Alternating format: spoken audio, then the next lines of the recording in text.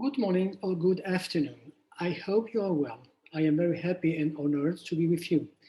My name is Sergio Sanchez. I am a psychoanalyst from a Swiss Psychoanalytical Society, and I am going to talk to you about primary depression of the baby and fates of a psychic and physical collapse.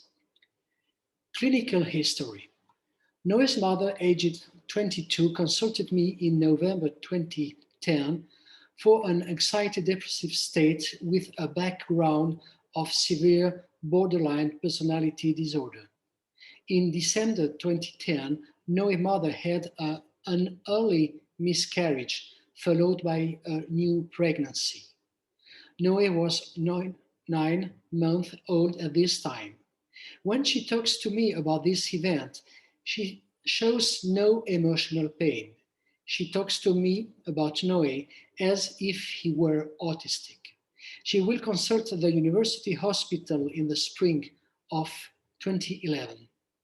The team at the university hospital who cannot decide on a diagnosis of autism nevertheless propose a second consultation in autumn 2011, which will never take place.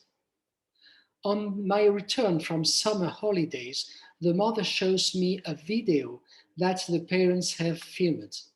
I observed Noe, aged 15 months, very regressed. He shows a face of extreme sadness. His eyes were empty of absolute distress. From a bodily point of view, he has an important action hypotonia, salivating, an almost complete absence of head carriage, an active relation avoidance. He has an anteroposterior swaying of the upper part of the body, significant sleep and eating disorder, refusing to eat. In addition to this, he was distressed by his plaintive moaning. The mother tells me that Noe has started to act like a baby, demanding to be carried, refusing to eat solid food. This regressive position distressed his parents, who did not understand what was happening.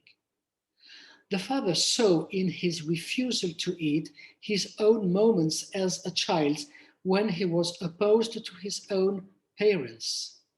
The mother, observing Noe salivating and spitting, saw in it a very aggressive position on his part intended to make her slip on his spit up and falls to her death, as well as the baby of the pregnancy.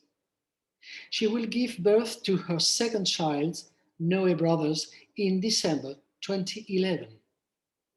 I refer Noe and his parents in September 2011 for a checkup at the polyclinic with the child psychiatry department.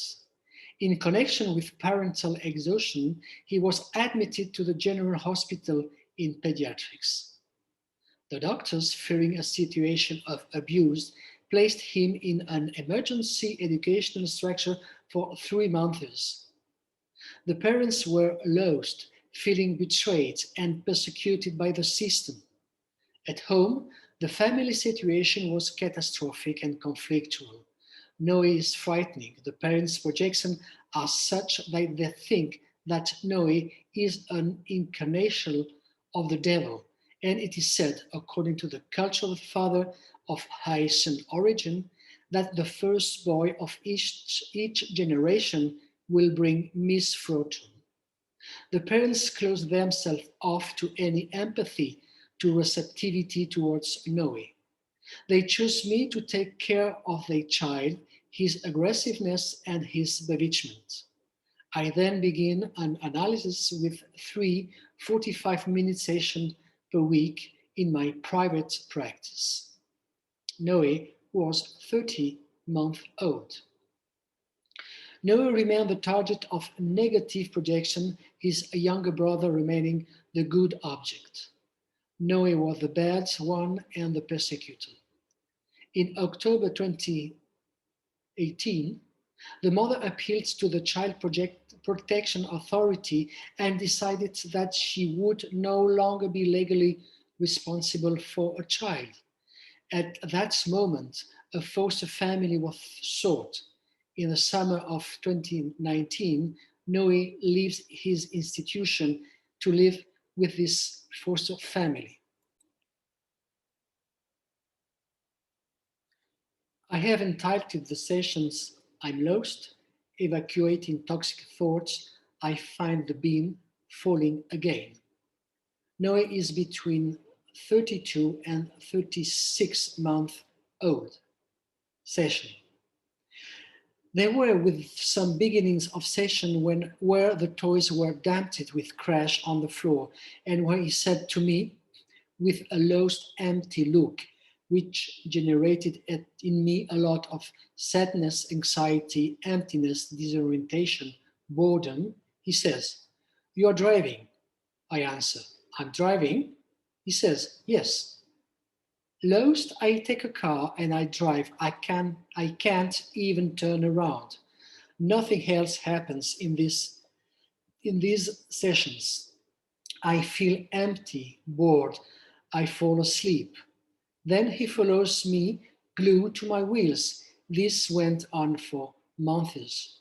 I say, maybe you are showing me when we feel all alone, so we drive sad without knowing where we are going, lost without knowing the way, stuck to me together. We don't know if we should go in front, behind, to the right, to the left. I'm in. Another session.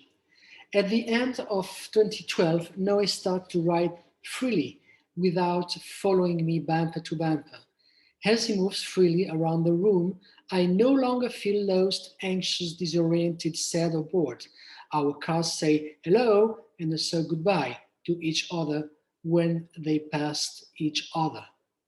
Life comes again. I say, it seems to me that we grow up, we are less afraid of getting lost, so no car can drive around. You know that we'll see each other again. Noe smiles and goes for a ride.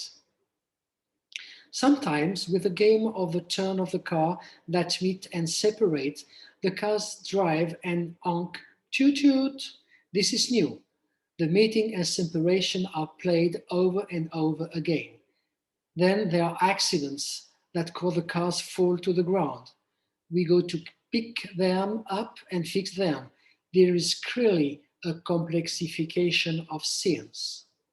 I says, I wonder if maybe when we part we say goodbye, then the cars, no thoughts, get scared and fall. But you and I both know that we can go together to look for them and help them out. Immediately after this interpretation, he stops his game, gets off the couch, and tries to reopen his box that he closed earlier. When he fails to do it, he heads into a real distress and cries. He can't get the baby teddy bear out of the box. I help him. He manages to grab his teddy bear and puts it under his pullover, which he takes care to keep securely in place. Noe smiles at me. He seems satisfied. I say, the baby Noe, who feels well held by a mommy daddy Sanchez, doesn't fall, so he's not afraid anymore, and we can say toot toot, hello, and goodbye. Loe laughs at it's the end of the session.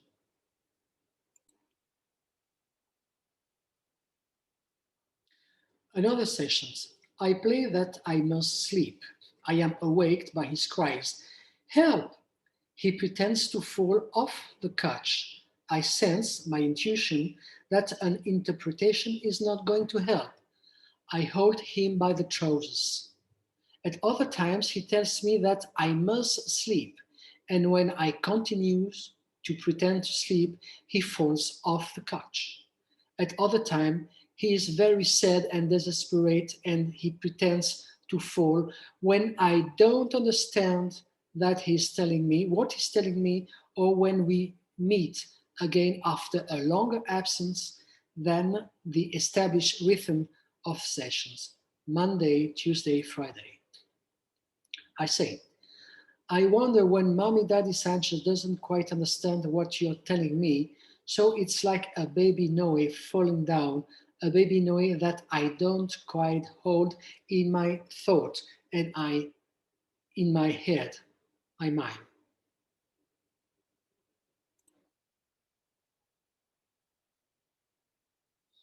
The rubbish bin in the therapy room will find a position and also a particular meaning. In moments of great anguish and of fulminating rage, objects were thrown against walls, windows, and scattered all over the office. A kind of explosive rage, both physical and sonic. The noise bored me, made me very angry, frightened me, and annoyed me too. Some toys were thrown in the bin in a rage. I say, I wonder if maybe the bin where you threw the angry, scared, sad, lost toys, the bin is like Mr. Sanchez's head, trying to understand all your angry, scared, sad, lost thoughts that are thrown in the Mr. Sanchez head bin. I mime holding my head with my both hands. From that moment on, some other toys thrown in the bin, he could go and take them back, as if these thoughts were evacuated, transformed, and recovered in my psyche, when in his psyche, and we took them back into the game.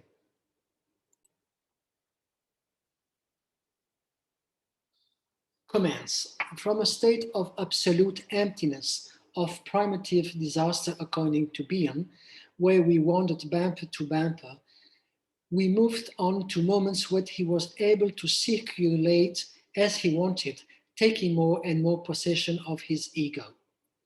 With the hello and goodbye that the cars say to each other, it seems to me that we were beginning to play to find a rhythm.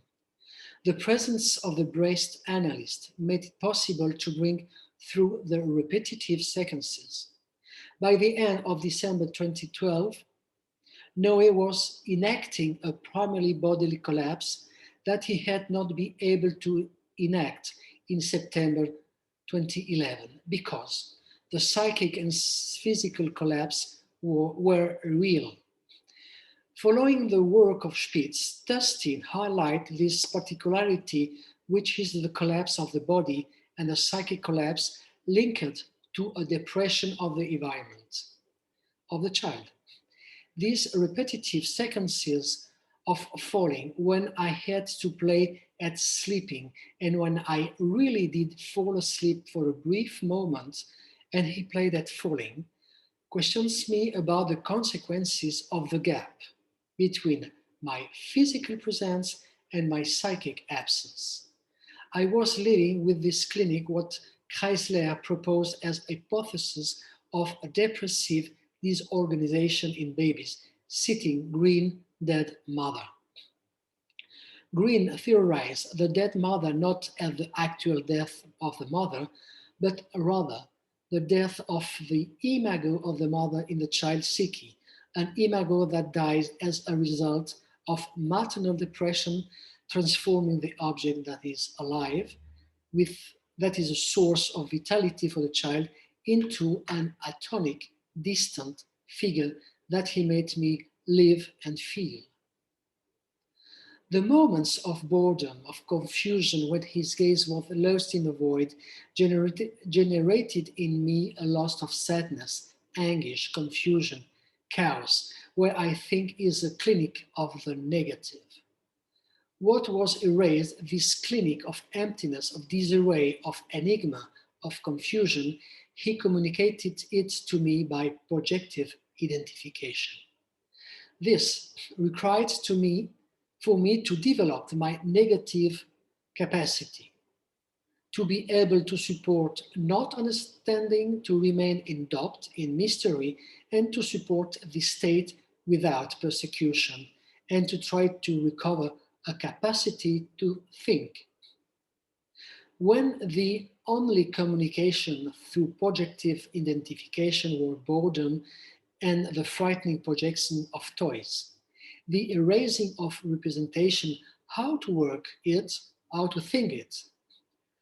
Thomas Ogden thinks that the best way to monitor this clinic of the negative is the analysis of forms of life and death felt in the countertransference and countertransference relationship.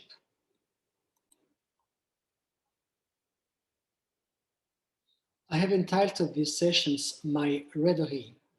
Noe is 39 months old, the session. With the beginning session, he takes a cement mixer. The game is manic. I don't feel myself integrated. I feel lonely, sad. At the beginning of the session, I feel bored, empty. The cement mixer spits fire on my head on the car tires. I come alive. Noe says, break your head, break your wheels. You have to fix it. You do it. You are a mechanic. I say, oh, that cement mixer, how it spits fire. The four cars are repaired. My car is a van with my figure who is a little piece of paper. As he rolls my van onto the vertical part of the couch, my piece of paper figure falls to the ground. Noe is frightened. He says, oh, fallen, you're scared, you're screaming. I say, help, help, I have fallen, help me. My reverie makes me in this instant that I am at the bottom of the ravine on the ground alone, and he is looking at me from the top of the ravine, the couch. We had already played scenes from Cars, cartoons where Flash McQueen falls into a ravine. He's on the couch looking down at me. I'm sitting on the floor next to my figure looking up at him from the floor. We look at each other. He has a sadistic look and smile on his face, and I am in disarray. I am experiencing an unexpected situation, and I feel great distress as I look at him. At that moment, I recall the scene in the Lion King movie where Mufasa, the Lion King, who has come to save his son, who is about to be trampled by the huge herd of wildebeest, is distressed because he is sleeping and in danger of falling into the ravine and be himself trampled by a wildebeest. He asks for help from his brother Scar, the pretender to the throne, who will not help him, but will throw him into the ravine and kill him, trampled by the wildebeest. My reverie is the movie. I say, I am afraid, I'm alone, I'm falling. Noe goes on the other end of the couch. He says, hi, goodbye, cry, you're scared. I say, I'm crying, I'm scared, help me. He stares on the other end of the sofa. We cannot see each other. He says, cry. I say, I call, I cry, I'm afraid. No answer.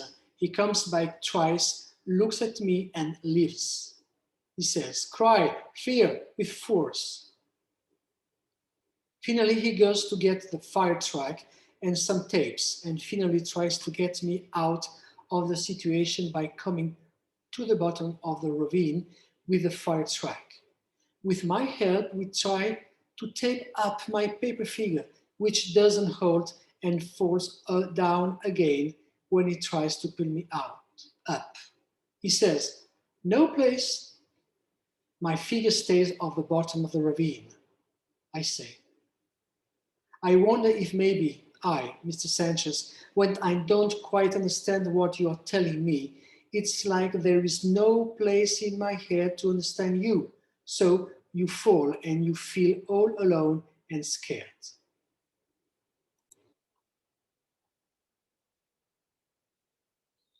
On a theoretical level, the question of primary depression in a very young child. In 1946, René Spitz described anaclitic depression and hospitalism. This was a continuous observation of babies in a nursery and exit to a penal institution for young delinquent mother. Spitz pointed out an interesting observation, the fact that the home for abandoned children was a dull and an empty house except at meals times. Between these times, to keep the children quiet, they were in their beds with bars, which were surrounded by a sheet that went all the way around the bed. These children lay on their backs with the only ceiling about them as a horizon for months. Developmental delays could be seen. Spitz defined analytic depression as a consequence of the partial affective deficiency.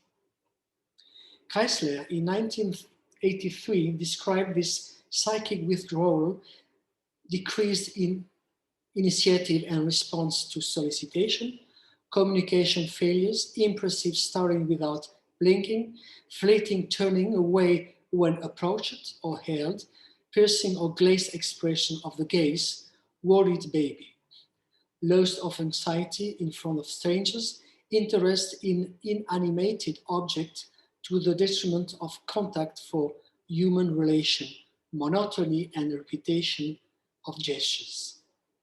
This clinic poses the differential diagnosis with the autism clinic and today with autism spectrum disorder.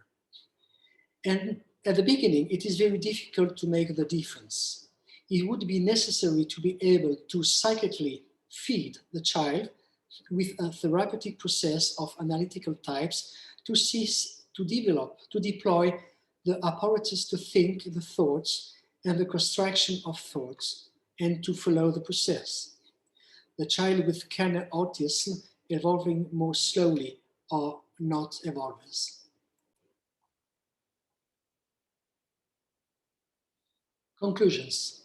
Noe experienced a pathological regression leading him to experience a psychic and bodily collapse, attacking his sense of existing to think. I hope to have shown the process that allowed the transition from a primordial psyche rooted in the body to a thinking psyche, that is to say, the acquisition of the thinking apparatus through the analyzed object. I would like to thank Noe, who through this analysis allowed me to grow and to appropriate a little more this rich and complex work, which is not that of being a psychoanalyst, but of becoming one. If the presidency of this meeting gives me some more time, I can show a short screen share of the video that Noe's parents filmed when he was 15 months old. I thank you for your attention.